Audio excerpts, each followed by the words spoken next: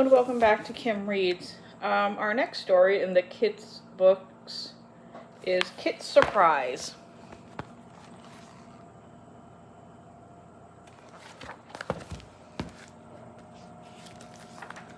Chapter 1, Rick Rack. On a bright, brisk Saturday afternoon in December, Kit Kitteridge and her best friend Ruthie were cheerfully skittering down the sidewalk together like blown leaves. They were going to the movies, which they loved to do. When the girls were close to the movie theater, Kit leaned forward. She put her fists in her pocket and punched down so the front of her coat covered more of her dress.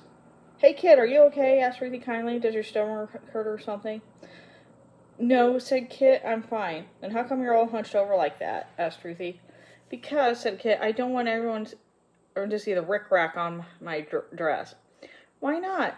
asked Ruthie. "It's cute." "Cute?" said Kit. "I hate it. My mother sewed it over the crease that was left when she left the hem down. I think it looks terrible." Actually, Kit felt as if the rick-rack were a big embarrassing sign that said to everyone, "Look at this old outgrown dress I have to wear because I'm too poor to get a new one." But she did not explain that to Ruthie.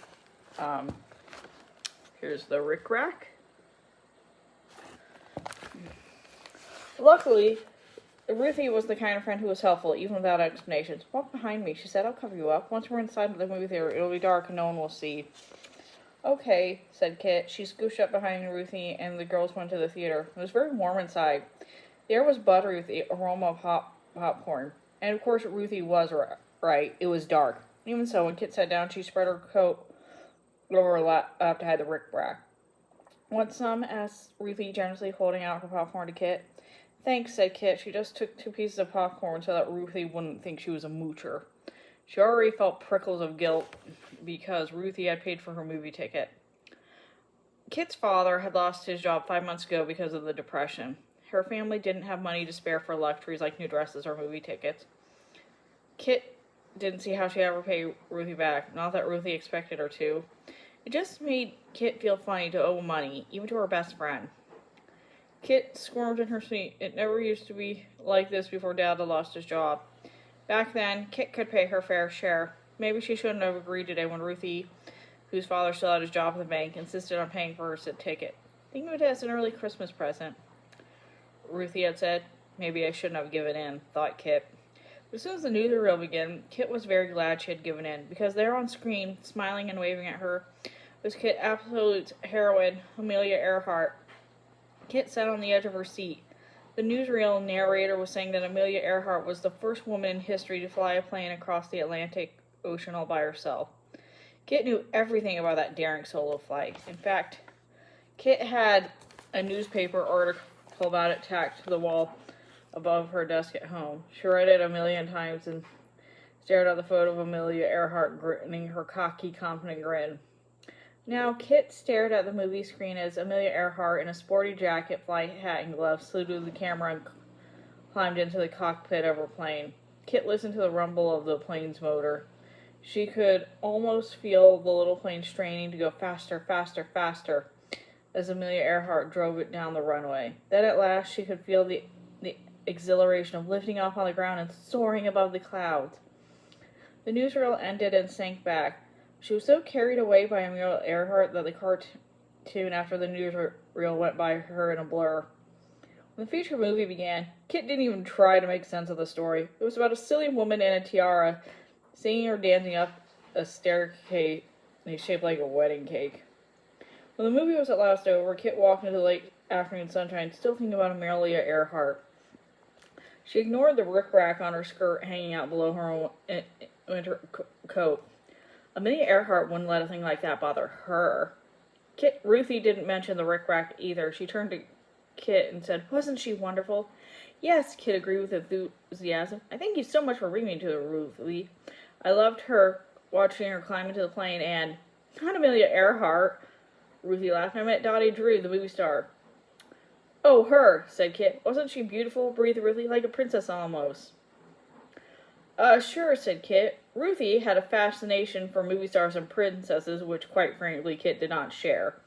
But she didn't want to be rude. Ruthie had paid for her ticket, after all. Kit might seem ungrateful if she thought the woman in the movie was silly. But Ruthie knew Kit too well to be fooled. She grinned. I bet you didn't notice Dottie Drew at all, she said. I should have known you cared more about Amelia Earhart. How come you're so crazy about her? She's smart, said Kit. She's brave, too. When she makes up her mind to do something, she doesn't let anything stop her. She flew her plane across the ocean all by herself. She didn't need help from anybody. Kit spoke with determination. I want to be like her. I know just what you mean, said Ruthie. It's the same with me, she said. I love to imagine that I'm a movie star or a princess. Kit didn't think her serious ambitions were the same as Ruthie's starry-eyed daydreams at all. That's different, Ruthie, she said. First of all, Amelia Earhart's a real person who does real things that really matter. Phony movie stars and princesses are only phony glitter and glamour.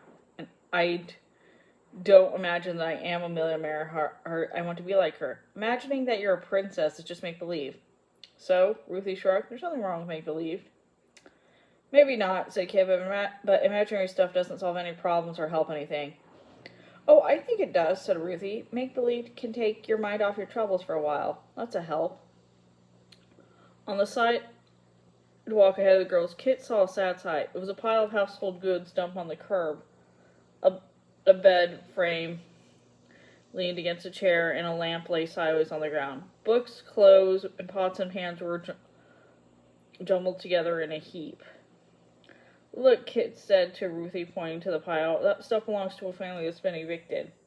They've been thrown out of their house because they can't pay for any more. You ought to admit that make-believe and imagination are not going to help them. They should have imagined a way to get money, Ruthie said. They could have done something.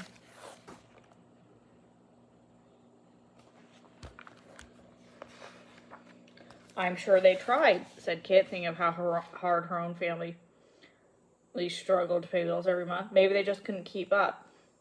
Then Ruthie said they should have asked their friends for help. Well, maybe they were too proud to do that, said Kit. Ruthie shook her head sadly. And look where their pride got them, thrown on the street. She said, it won't be a very Merry Christmas for them. For their family, will it? No, Kit said, it won't. She shivered. Come on, she said to Ruthie, let's run. It'll warm us up. Last one home is a rotten egg, said Ruthie. The girls ran the rest of the way to Kit's house. Kit's family had turned their home into a boarding house in order to earn some money after Dad lost his job. The Porters paid a weekly rent for their rooms and their meals. They were 5 boarders living in the house now. Mrs. Howard and her son Sterling, Mr. Peck, Miss Hart, and Miss Finney. Mr. Kitteridge and Kit's older brother Charlie were fixing up another room so they could take in 2 more boarders as soon as possible.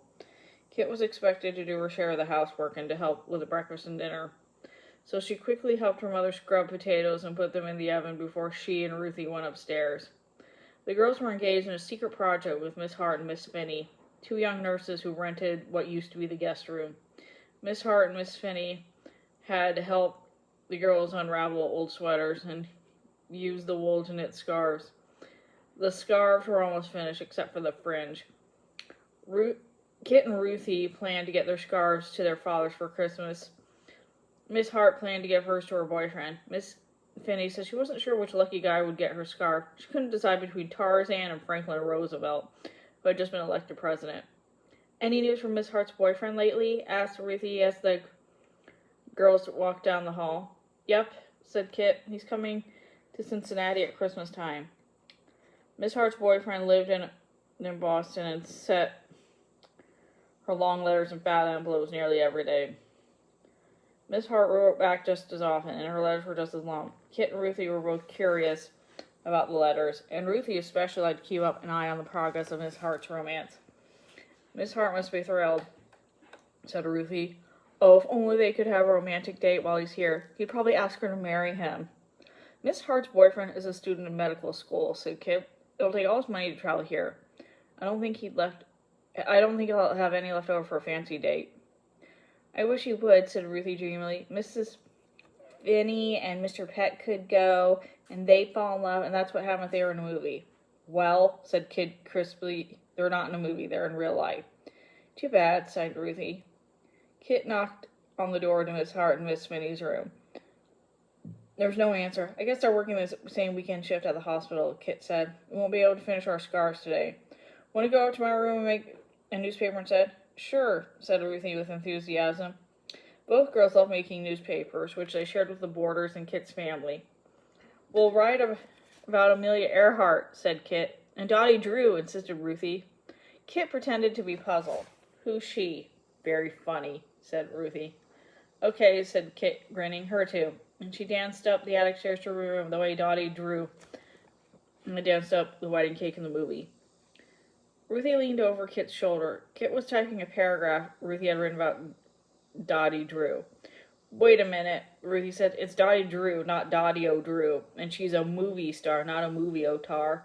Better fix some mistakes. I can't, signed Ruthie. My typewriter keys are broken. The O looks like a U, and the E looks like an O, and the S doesn't work at all. Oh, that's okay, said Ruthie. She grinned and said, oh well, that's UK. Kit grinned too. I guess people will figure it out. Anyway, the pictures are great.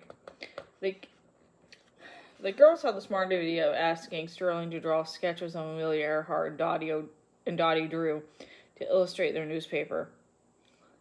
Sterling was the same age as the girls, but could draw as well as a grown-up. Sterling's a good artist, said Ruthie, as she looked through his sketch pad. So he made Amelia Earhart look like you. Kit, freckles and all. Kit nodded, and he put you in Dottie Drew's fancy ball gown and tiara, she said. That's me, Princess Ruthie, giggled Ruthie, striking a princess pose. Kit looked at the paper in her typewriter. There's a little space left, she said. What do we write about? Christmas, said Ruthie. We can say Christmas is coming. Everyone loves to read about Christmas. I personally can't wait. I love everything about Christmas. What's your most favorite part, Kit? Christmas Eve, said Kit. That's when we put up our tree.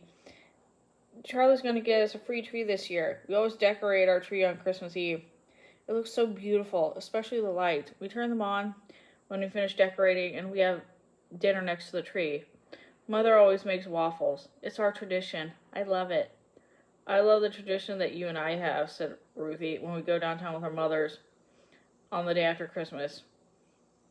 Ruthie, Kit began. I'm sorry. I'm afraid. But Ruthie talked over her.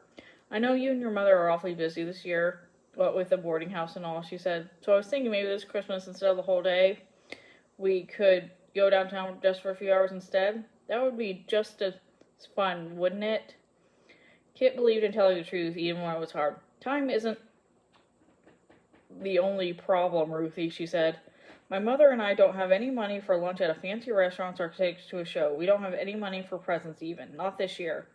That's what I figured, said Ruthie, so I thought maybe we could change our tradition, just go window shopping and have a winter picnic or something. I think, said Kit slowly, it would wreck our tradition to change it. Well, we wouldn't change all of it, said Ruthie. We'd still get dressed up in our best dresses and... Well, I'd still have to wear the rick-rack dress, Kit cut in, which I hate.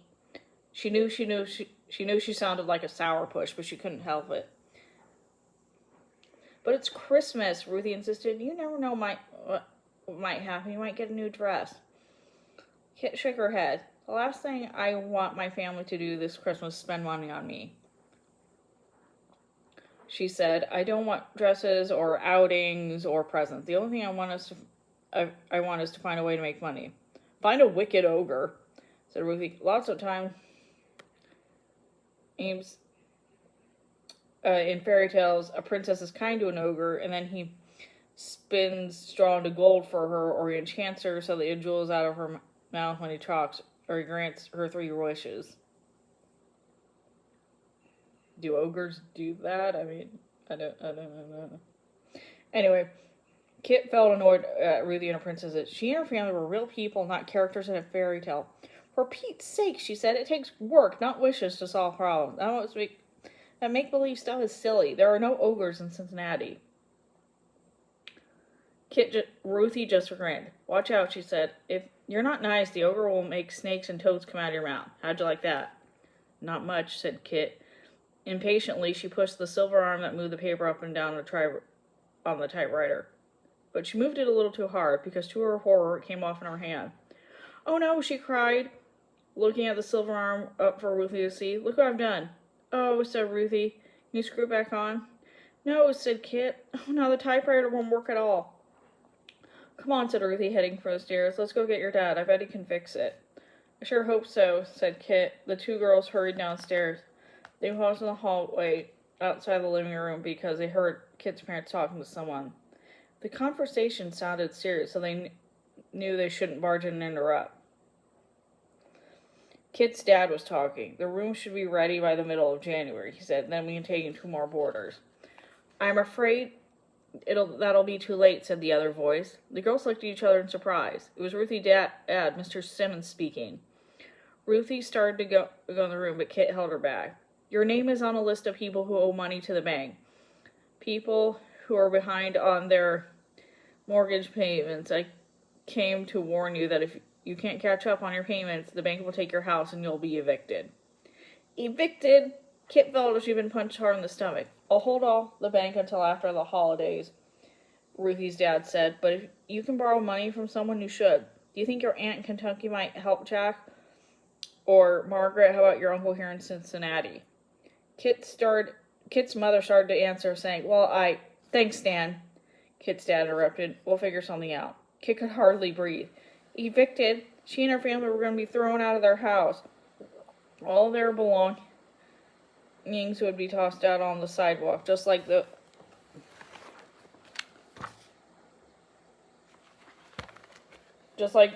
those she and Ruthie had seen on their way home from the movies. It's going to happen to me and my family, she thought. It's going to happen to me. She shuddered and Ruthie touched her arm.